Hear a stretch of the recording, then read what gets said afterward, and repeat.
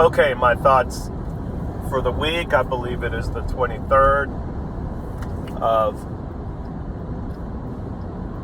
September. No, October. 23rd of October, 2022.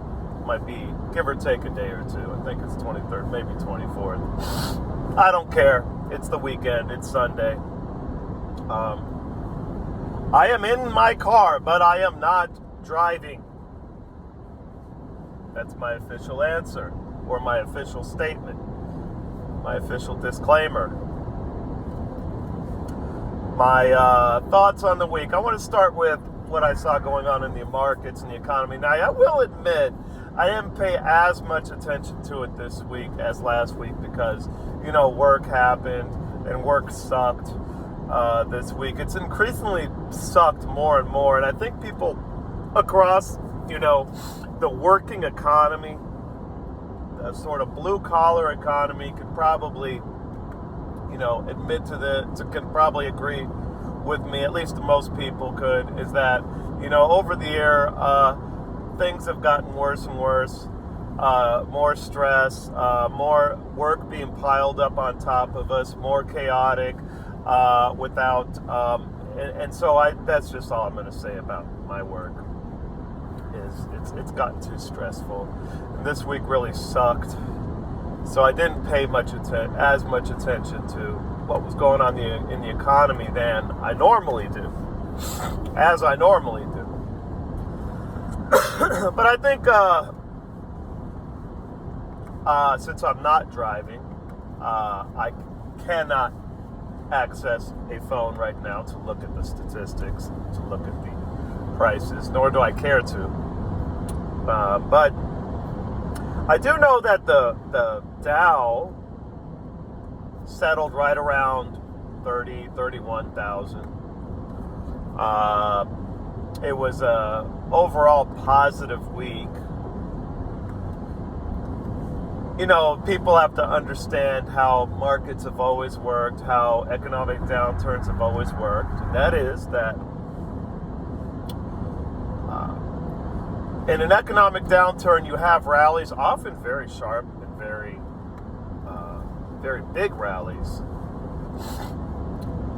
and then those are punctuated by, deep sell-offs, let's say.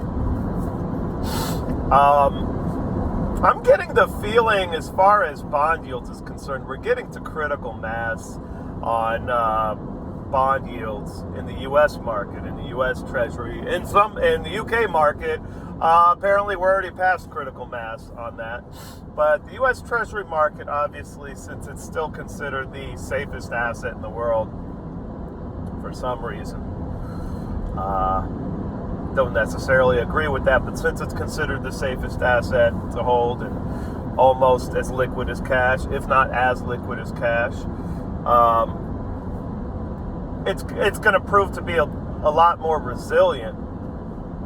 But I see this creeping, looming crisis unfolding unless the government steps in. And we all know that when the government steps in, they almost never take care of the actual problem. They just put a Band-Aid over it. And putting a Band-Aid on, well, right now we have, over the last year, several Band-Aids have been put on the economic problems. But it's like putting a Band-Aid on a gaping wound, okay? Not only, to take this analogy probably further than I should take it, if you put a little Band-Aid on a gaping wound, chances are, the Band-Aid's going to contribute to, because it's going to fall, it's going to get, sucked into the wound, basically. It's going to contribute to an infection rather than, doing anything to alleviate one.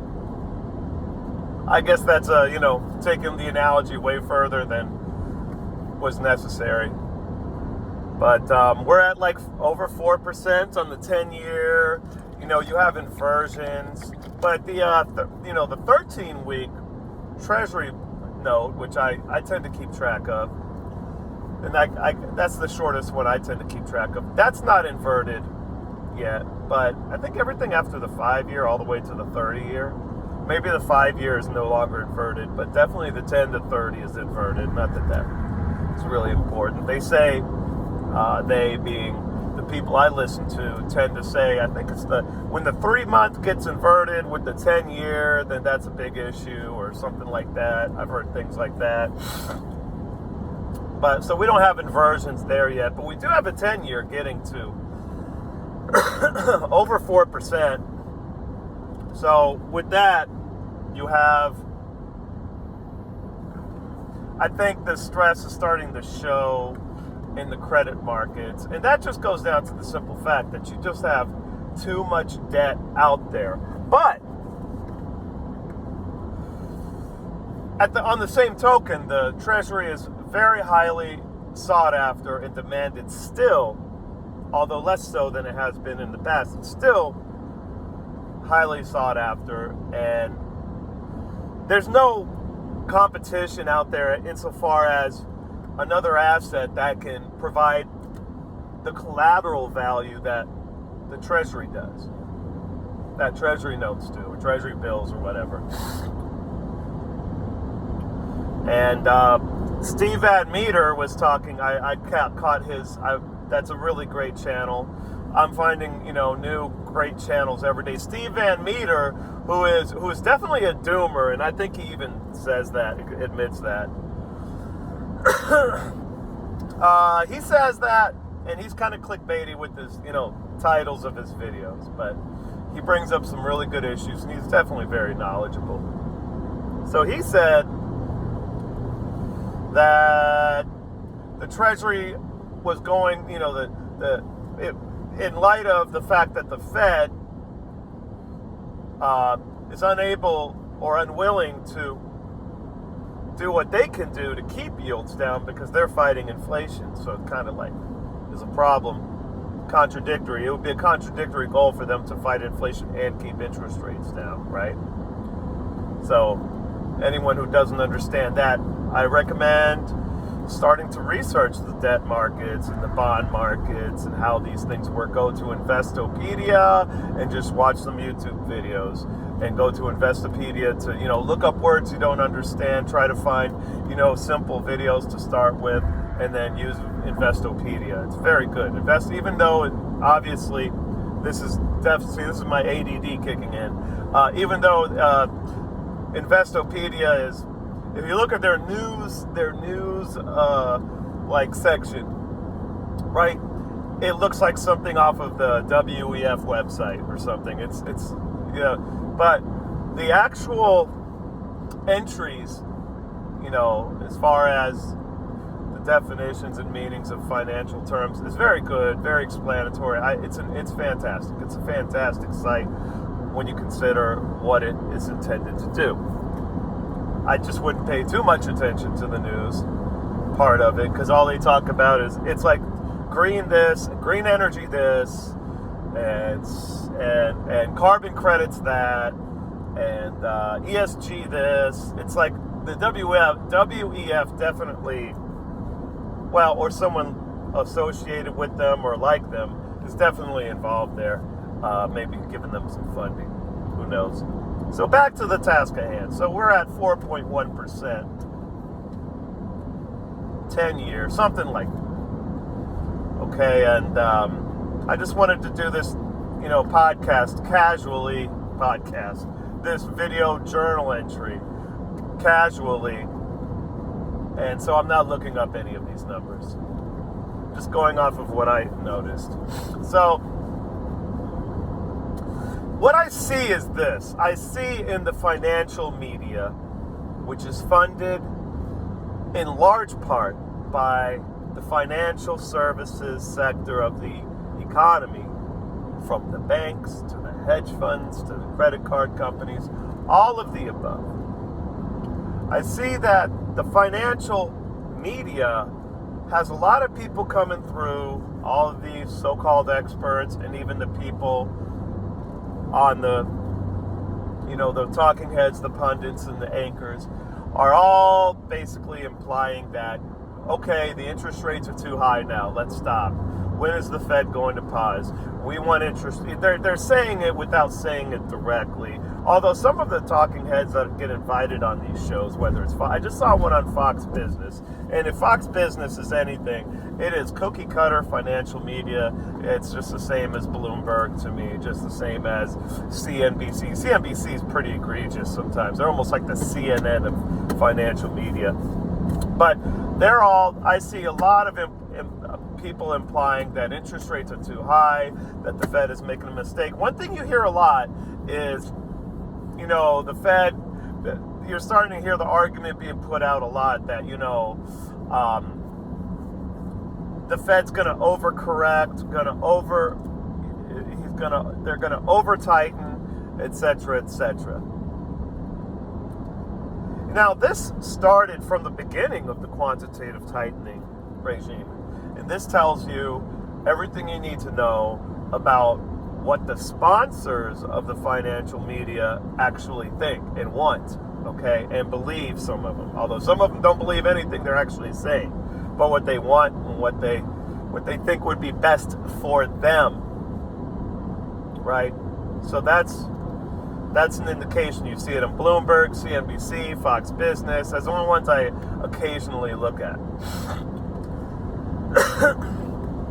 And they largely pay the bills of the financial media. And that's not even an inference. That is a cold, hard, and obvious and blatantly obvious fact. So they're complaining. They want the Fed. It seems like what I'm hearing is they're complaining. Then you have one of the Fed chair. So they're complaining. They're saying the Fed needs to, at minimum, pause. No one's suggesting to bring interest rates back down yet, but they're saying the Fed should pause, right? So you had the Fed chairman Daly, or president of one of the banks, the Federal Reserve banks, or something like that, and she actually, or he, I think it's a she, actually made a statement. And if you watch the Federal Reserve, like 90% of what these people do is information, I wouldn't call it warfare, psychological operations, okay?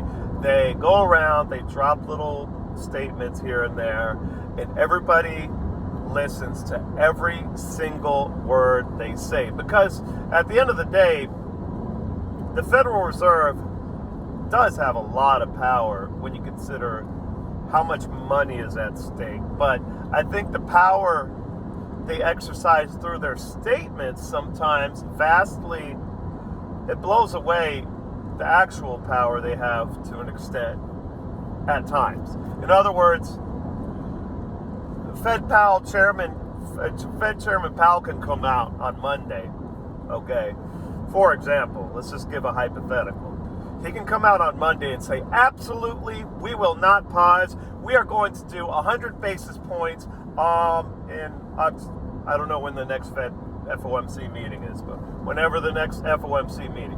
We're going to do 100 basis points, then we're going to do 150 the next month, then we're going to do 200 next month, right?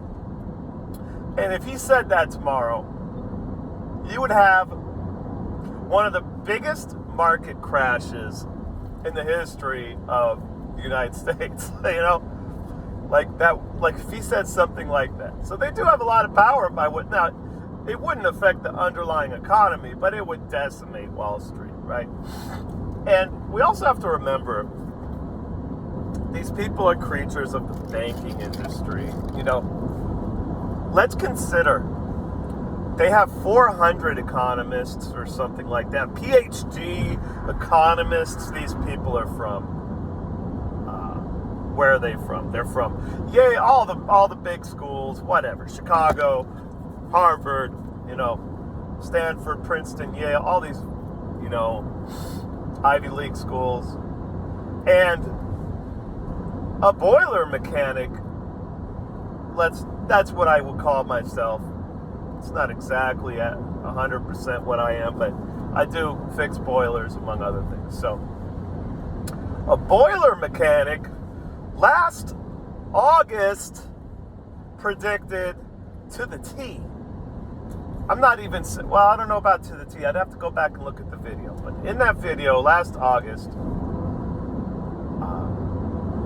it's the thumbnail is the guy Darius from Real Vision, or one of the guests that frequently shows up on Real Vision. I like him. He's a very burly, handsome-looking man and very intelligent, and he gets really in the weeds. So there's a thumbnail if you go back in time, and there you'll see Darius's face, and that's the video, I believe, where I said I predicted exactly that inflation would continue, and that what I said maybe in that video, I think, was that by this time next year, which would be August of this year, we will be in a recession. And I was pretty much right to the T. Okay. And the PhD, the 400 PhD economists at the Federal Reserve, supposedly, according to what they say, this is just based off of them and what they're saying and what their statements have been. They were blindsided by that, I guess. So,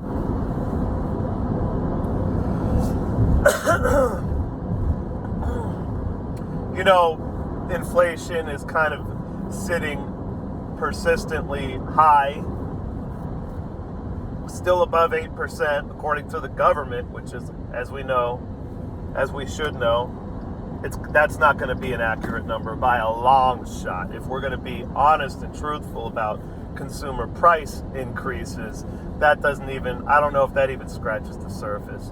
It depends on the area you're in, and we have to understand it's an average. So what someone experiences in the northeastern United States is going to be different from what someone experiences, you know, in Kansas City, Missouri. We have to take all that into consideration, but even given that, you know, my estimation is that we're well above 15%, probably approaching 20% year over year.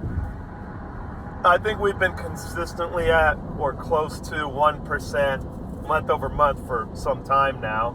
I think with the gas prices, they did push down the inflation a little bit. But the problem is the diesel prices did not go down, if you notice. And diesel is made with a heavier sort of crude. You can't use the kind of crude the United States tends to produce to make diesel. At least it's not very easy. That's all I know about that. But that's why diesel has remained high. And that is the backbone of our transportation industry, and thus the entire industry, all industrial sectors, perhaps with the exception of tech, healthcare maybe, but all of the, you know, industrial sectors that deal in goods, all right, like, you know, food, everything from food to consumer goods, materials, all of that depends on diesel. And we don't have, the diesel prices are here in Florida. I was at a relatively expensive gas station. That's always expensive because it's on the turnpike. And diesel was over $5, while gasoline was $3. So that's gas $3.40, $3.50. So that's almost. That's about 40. I don't know. I'm just going to ballpark it like 35% to 40% lower.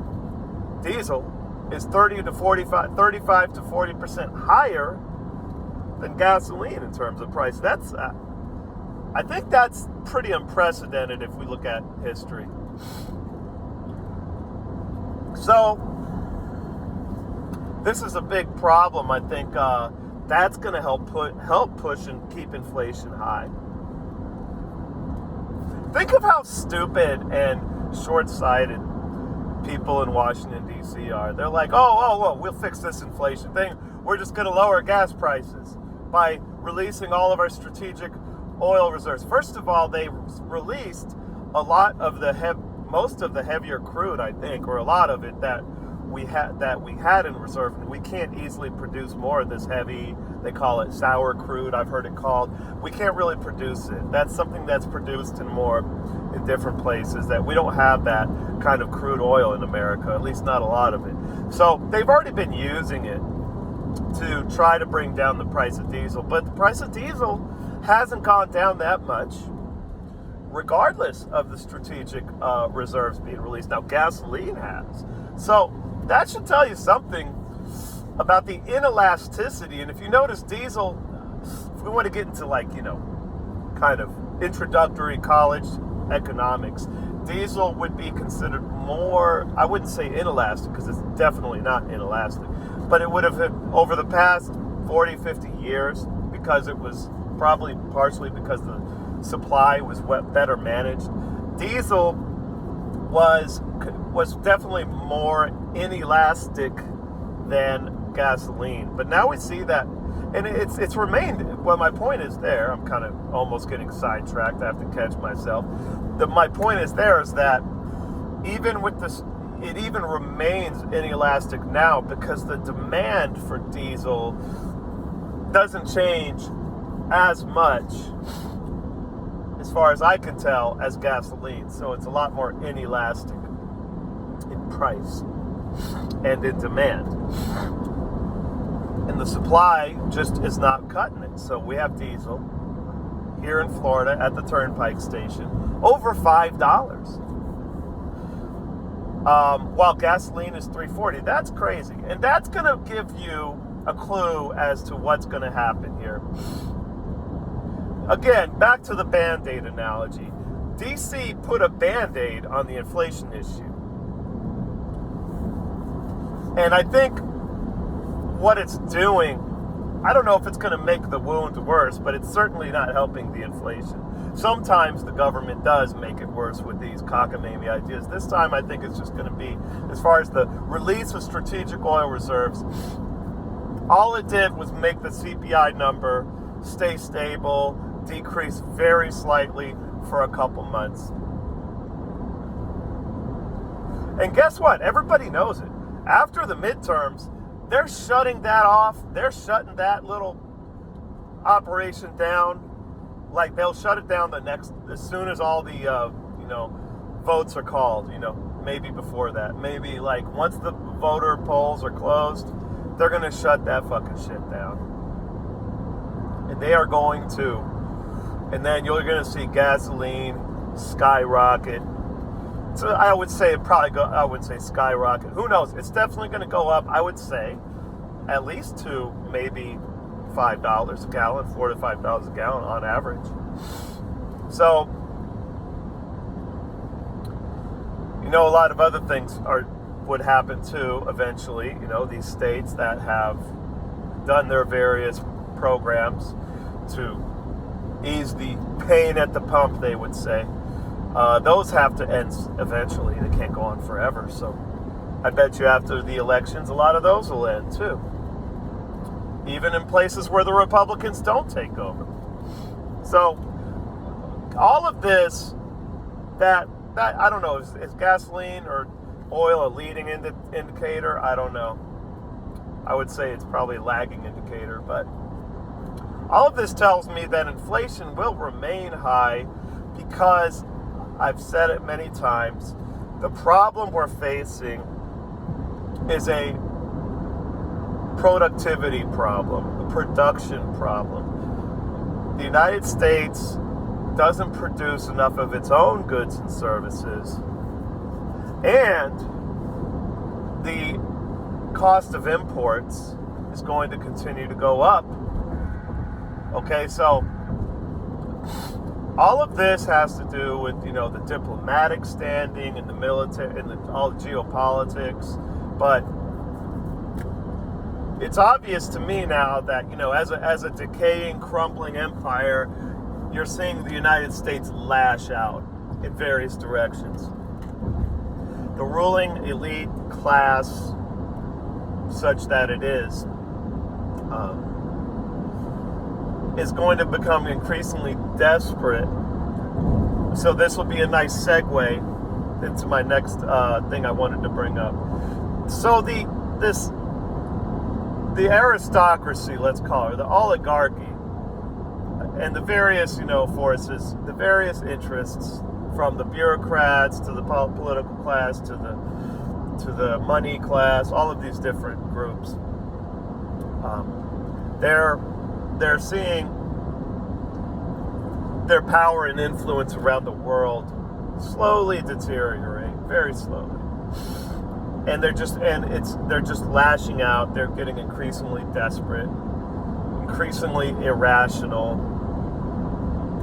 What's been going on is, for the political class, they've gotten way too accustomed to lying, to relying on optics, relying on, psychological operations to skate by.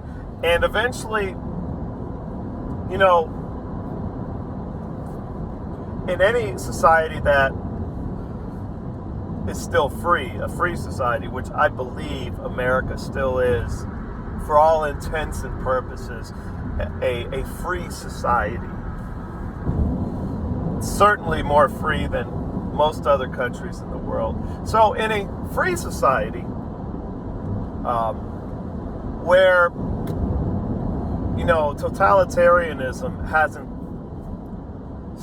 set in among the population. The population is not, people in the population are not reporting each other to the authorities. Let me get in this lane, actually. They're not reporting each other to the authorities. They're not, perpetuating a totalitarian system itself, which means that's what you need for a totalitarian system to exist. You need a normal, average person to become a liar and to lie on behalf of the regime, either out of fear or self-interest. You have to have the average person willing to turn in their neighbor, okay, for whatever reason. Once you get to that point, and we kind of saw a little bit of that in 2020, which alarmed me. But once you get to that point, then you have a totalitarian society, and the government can, the regime, if you want to call it that, can basically do whatever the fuck it wants. That's reality. That's how it works. So we're nowhere near that yet. We're still a relatively free society. So,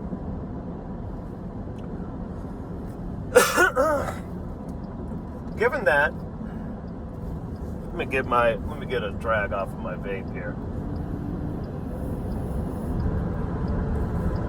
Gotta change that coil. So,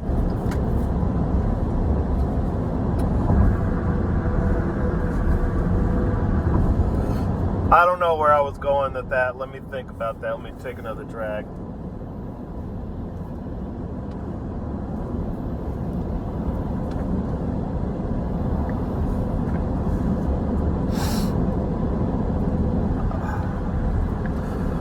So this regime, I'm back. Okay, my mind came back.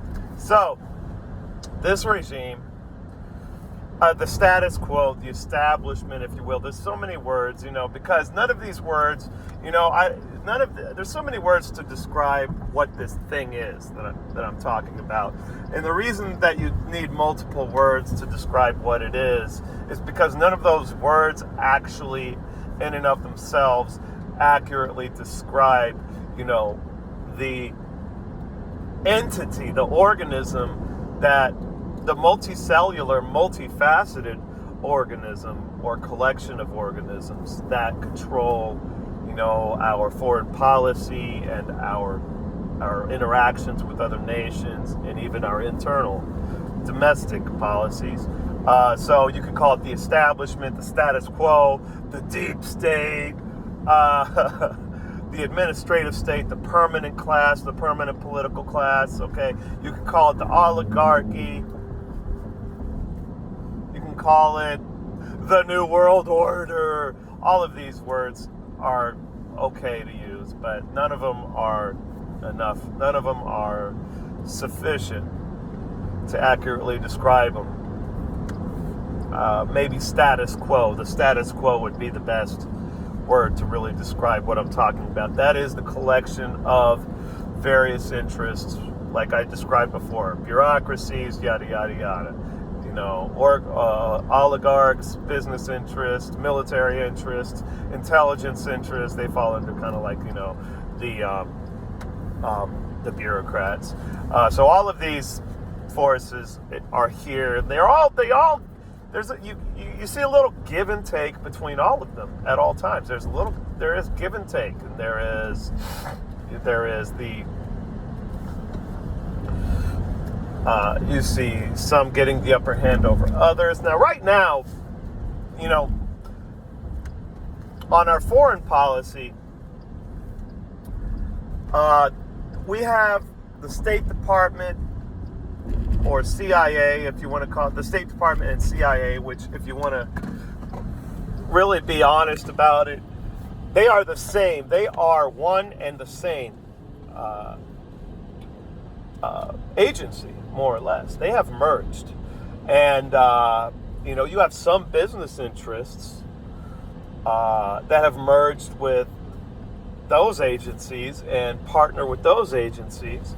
And besides all of the other public-private partnerships that go on, which, by the way, is the very definition or an important, I don't know about the definition, but it is an important ingredient in a ideology that is universally maligned and taboo, and not even a good idea to say the word on YouTube. Let's put it that way. So that's public-private partnerships. What the progenitor or the originator of this ideology called heroic capitalism, whatever, which is basically state capitalism. So that ideology, that is an important component. Public-private partnerships, corporations and governments working together, having common interests, acting in unison. This is a big problem. This leads to totalitarianism, because you want to keep the private sector separate from the public sector in order to counterbalance the power of the public sector. And here in the United States, I think that ship is close to sailing, if it hasn't sailed already. But I think they're getting increasingly nervous, they being this people within this organism, this status quo. I think they're getting increasingly nervous. There's powerful people among this group. They're getting increasingly anxious and worried about what's going to happen.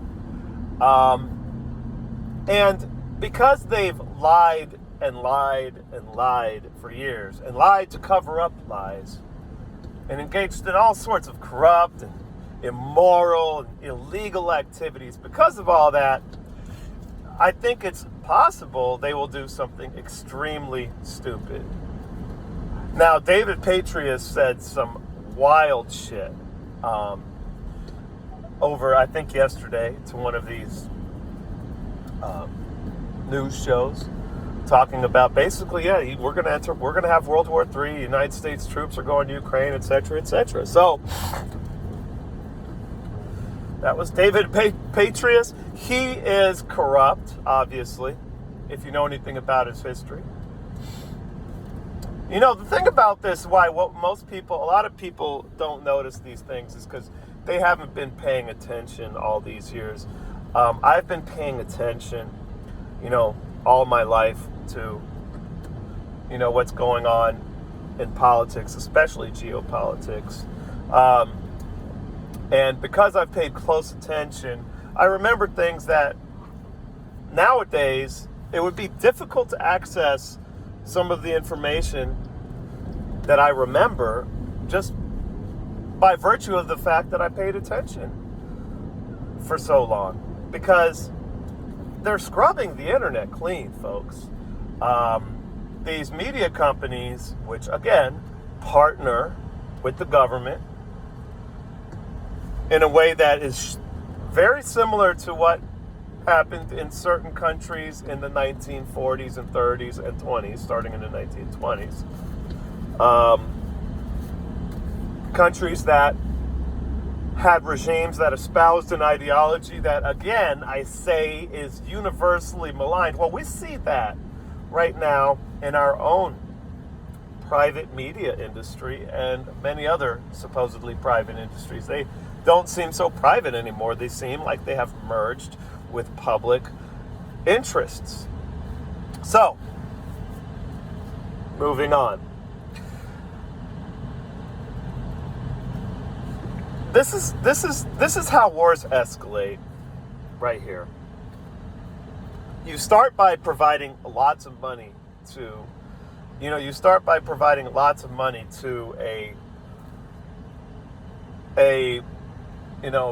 protagonist, let's say. Let's just call them the protagonist for safety's sake. So we're providing all of this money to this protagonist in a war overseas with which we have no direct interest, but we're providing a ton of money. Well, if that doesn't work, what do? Do we just cut our losses and fold and get out of the game? Or do we escalate? Or do we call the bluff of the antagonist that we're defending this protagonist from? Do we try to call the bluff on them? And what happens if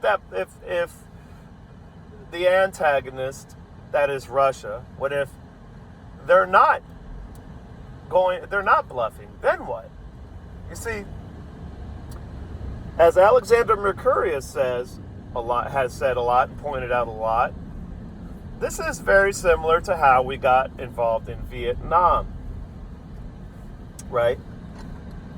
And, it's very similar in a lot of ways. The Soviets were supporting Vietnam with weapons, lots of military aid, and the United States started out by sending in advisors, sending in trainers. Same thing happened in Ukraine, starting in probably 2014 at the latest. And that support has only increased since that time. And in Vietnam, we were propping up a corrupt and incompetent regime in South Vietnam, and we're doing the same thing in Ukraine. Now, I think so this is how wars escalate. Okay, so we're putting all this money in. Now, we're already probably up over $100 billion. I know we're approaching that number. Although a lot of the spending packages were a little bit more nuanced than what their, sticker price tag was.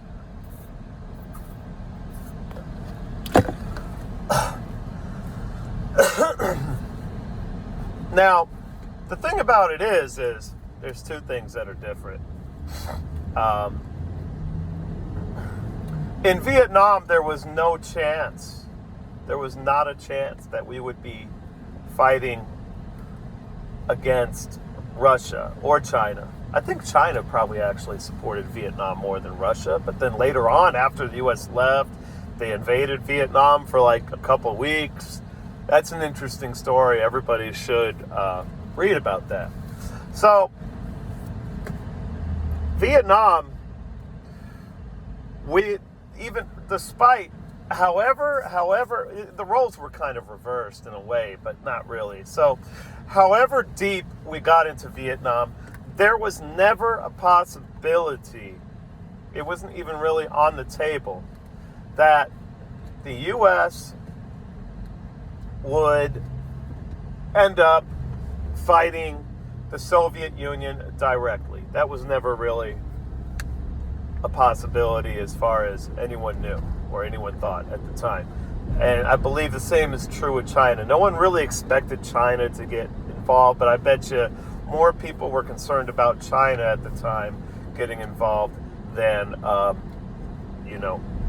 USSR. Okay, so that is a big difference from Ukraine insofar as in Ukraine there is the former USSR, Russia, is already involved directly, and so the escalation could lead to a direct military confrontation with Russia, much more likely than what happened in Vietnam. Another thing that's going on, and this is one thing I really wanted to talk about, it's probably the main reason I've been wanting to make a video all day about this. You're hearing about the 101st Airborne in Romania, and I think there's another one, there's some more troops in Poland, they're all over the place over there, but the 101st Airborne, for the first time since 1945, was deployed to Romania. Now, a lot of people point to this as evidence that the United States is planning to get directly involved in Ukraine. Now, why would they want to get directly involved? Well, to put it simply, the United States, the real reason why they would want to get directly involved, this is not the fake reasons they're going to give you on TV. The real reason is the United States wants to keep people within the military-industrial complex and that whole, the intel agencies and all these people that are involved in the same sort of scams that have a lot of power. They want the war to last as long as possible, period. They don't care if Ukraine wins or loses at the end. They don't give a shit. They want the war to last as long as possible. The Russians, and look to all of us now, that they are looking to end this as soon as possible. They're looking to end this war immediately. Or at least that's what the impression is.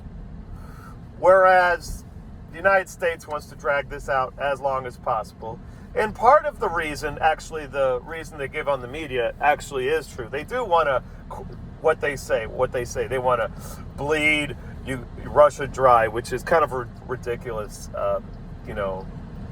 assertion. It's ridiculous to assert they can do that. These people have a warped view of history, a very selective view of history. Most of them have no respect for history, honestly. Unless the only respect they have for history is insofar history can be taken out of context and used to, justify some action on their part. Other than that, they're not interested. These people in D.C. A lot of them are kind of like taken by postmodernism to some extent. I'm not saying these are commies or Derrida fans, but a lot of them are taken and have succumbed to postmodernism to some extent because it's just all-encompassing within the government and academia.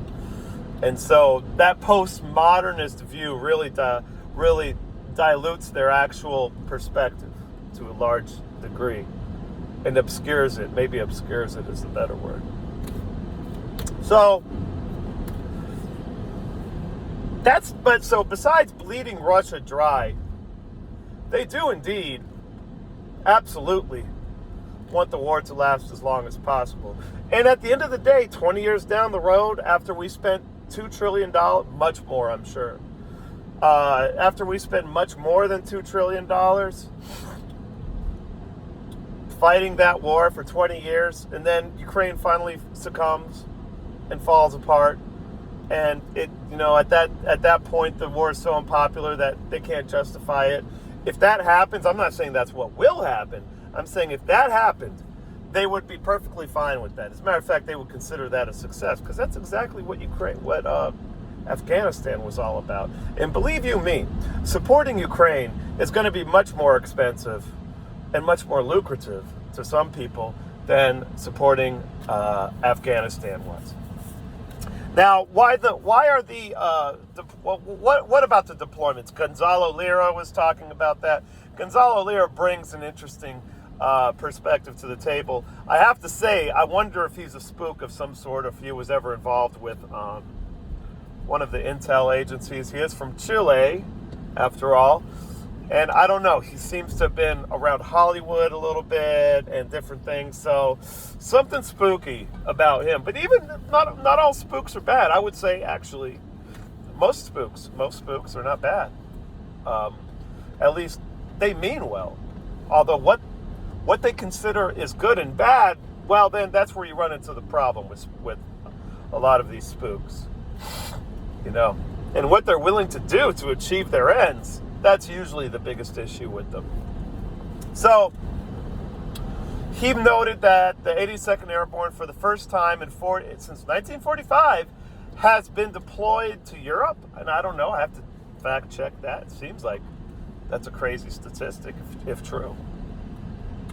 Why are they there? I would submit that they're not there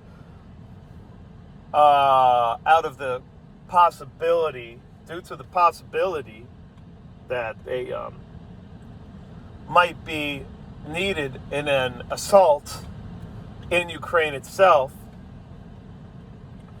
I believe they're there to train contractors. Now, let me give some context to this.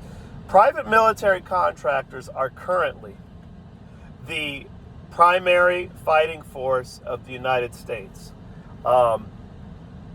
This has been the trend for some time. Now, I remember when the media was more honest, seeing articles in Washington Post and, like places like that where, the idea they were spinning then, well, they were being honest then. They were saying, oh my God, the U.S. government's reliance on private military contractors is increasing, and a lot of there's no shortage of people volunteering to be private security contractors. They get paid very well, obviously, generally speaking. And so it seems to me. But the important thing to remember about private military contractors is that the companies they work for are not subject to the Freedom of Information Act. So if a spouse gets a call from the company, your husband's not coming back. Let's just be a hypothetical. Your husband's not coming back, ma'am. And the widow might say, why? And I don't know if this is the way they do it. Maybe they do this through non-disclosure agreements or something. Maybe they make the wife sign a non-disclosure agreement. But let me just put out a scenario. The private military contractor, the company itself, calls a spouse and says, yeah, your husband is dead, we're not telling you how he died, and you're not telling anybody that he died, or that, you're going to tell them that he died. They're going to say, there's probably a whole, non-disclosure agreement set up. I can almost guarantee it. I don't know for sure, but I do know that if they decide not to tell anyone how this person died, for whatever reason, you can't sue them under the Freedom of Information Act, to get that information, because they're not a government entity. And what's happening right now, and I know this for a fact, is soldiers are being deployed to various places, manning bases in the rear, training bases, and resupply bases, where private military contractors operate out of. And that is happening all over the place. And I would submit that the United States, if you want to count the private military contractors, which are indeed U.S. companies, and they're subject to U.S. law, okay, and they're also privy to cooperate with government actors to a large degree, if they want to get those contracts, if they want to get that special treatment that, is necessary for them to make the most money, right? They understand how to navigate the system. There goes another public-private partnership. So, I know for a fact that these private military contractors are all over the place, and they're getting used increasingly more and more. I just wonder, I'm not even going to make a guess, but I wonder if we counted contractors as, and even if we counted contractors as bona fide casualties in this war, I think maybe we'd already have several hundred. I'll make a conjecture here. I bet you we'd have already, I'm going to be very light and very conservative, several hundred. I bet we would already have several hundred casualties. Maybe I would say deaths, and casualties would be over 1,000, closer to 2,000. But if we counted them, okay, so long as they were U.S. citizens, let's make some rules for this. So U.S. citizens working for United States-based private military security contractors. I'm sure there's also ones that have their headquarters in like Ireland or the Caymans. That wouldn't surprise me at all. But, let's just loosely use the phrase U.S. based. So I think we would already have deaths already in several hundred, and probably, casualties close to about 2,000 if that were the case. And that's just a pure, raw, unadulterated, unprovoked, unsolicited guess on that. So what we're seeing here is, and we're going to see, my opinion, is we're going to see an increasing reliance on these private military contractors. I'm going to say PSCs for short. PSCs, that's the way I'm used to saying it. Private security contractors. So we're going to see an increasing reliance on these. And I think we can get really deep into this war, and have, we can have thousands of casualties. We already probably do, but we can have thousands more casualties. And the United States won't even acknowledge that we're involved, that any Americans are actually dying in that war. Think about that. The U.S. can be sending loads of PSCs over there. Thousands of Americans can be getting hurt or killed. And the U.S. will come out and say, we're not involved in the war. No Americans are dying over there. Why? Because they all work for private security contractors. And the private security contractors don't have to disclose that information. Therefore, the U.S. can use them as a cover. They can use them as a cover. On the one hand, being directly involved militarily, and on the other hand, maybe through a proxy like NATO. Maybe you have a Belgium-based private military contractor that is under the auspices of NATO. Okay? Well, then you have 2 degrees of separation from the United States, but it's still the United States running things, as we know. So that's what's going on. I think that trend is going to continue. I think it's going to deepen, become more entrenched. And before we know it, the actual U.S. military might be a complete farce of a military. More for optics, there for optics than anything else.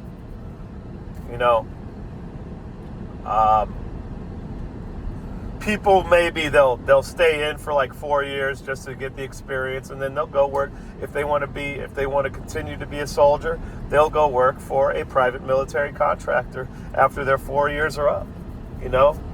That's probably already happening to a large extent, but it'll probably become more common. So this is what's happening. I think we're going to start using more of these private military contractors more frequently. And what Russia will do about that, well, I think their best option right now, is to take over the country as quickly as possible and clean it out, hunt down the people, like put together like a kill list and just hunt down everybody. They probably know this regime inside and out. Find all of the, don't allow many of them to escape if they can, which will probably be impossible to do. And then take over the while taking over the country as quickly as possible. And then, they'll have to occupy it, and they're going to have to close it off completely. Maybe they'll offer some of the country to Poland. Then Poland will just use it as a jumping off point to do terrorist activities. So, either way, I don't see the war ending soon either way, but the United States wants some form of Ukrainian state to continue to exist, because that can justify all of the taxpayer money going into Ukraine, being washed, and then going to other places. So that's where I'm at with it. I've said all along that from Ukraine's perspective, what they should have done from the beginning, and what they probably, I don't know if it's going to be effective now, but if they would have done one thing if they would have taken the Japanese approach from the beginning and just dug in deep and just fought like hell for every fucking inch, they could have won this war through attrition, provided they had good leadership and did something about the corruption as well. But it turned out that they're running their war they're running their military operations based on optics, right? So everything to them is about optics. And that's no way to win a war, friends. I'm sorry. That's what happens when you have a president who was a media guy and who is controlled by more media people, and I'm sure intel people. That's what happens when you have those people running a war. You end up with bad leadership, and the corruption is so bad that it drastically affects and impacts the leadership as well. So, they should have taken the Japanese approach, the Japanese strategy. Just look up what Japan did. If they could have done that, I don't know if they had enough loyalty among their ranks to really achieve that, but if they could have achieved that, that would have been the best way. Not these offensives that are offensives made for the cameras, made for the movie cameras. This is not a movie. This is not a TV show. This is real life. And I think Zelensky, there's all the rumors that he was a bad drug addict. And there's probably some truth to those rumors. I suspect he still is, but I have no, evidence to prove it. But I suspect he still is a bad coke addict. I can just tell by the way he talks. His eyes are all beady all the time. His voice is fucked up. I've said it before. So this guy probably at this point, if he's a bad coke addict, he's probably not even in touch with reality anymore. Okay? So he's conducting this war like it's his old TV show. It's actually quite amazing to watch. That's what it seems like to me. He's conducting this war like it's his TV show, like he's still doing his TV show. So they are doing these reckless offensives at the behest of Washington and UK, which is extremely callous and disgusting to think about. These reckless assaults that are resulting in the deaths of sometimes 1,000 casualties in one day by the Ukrainians' own admission. Okay, so they got this going on, and it's really disgusting. But that is not a way to actually win a war. That's not how you win a war. It doesn't matter. The optics at the end of the day matter to some extent, but they are not an end-all, be-all. An information war is a component of an overall sort of, I'm not an expert at military tactics, but I do love my military history. And information war is just one component of a total, comprehensive strategy to win a war. It's not the primary component. It's not the most important component. It should never be the most important component.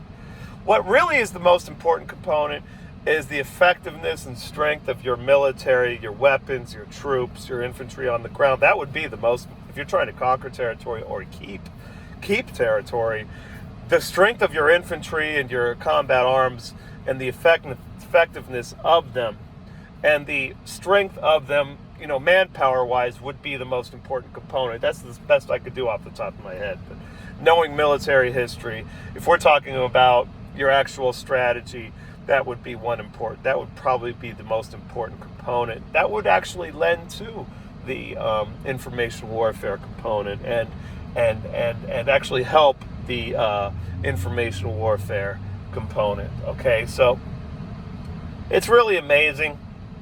I'm going to close it with that.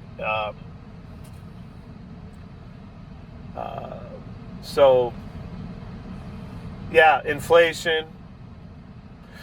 Just to add on to that first component, the first part of it. Yeah, I think inflation is going to accelerate for the next. Maybe it'll be on a pause or maybe decrease a little bit in November because the inflation numbers lag a little bit. But I think starting in December, so this is a big prediction, starting in December and then heading into spring, maybe not much longer than that, but we're going to see a little spike in inflation. At the same time, we might see continued shrinkage in GDP.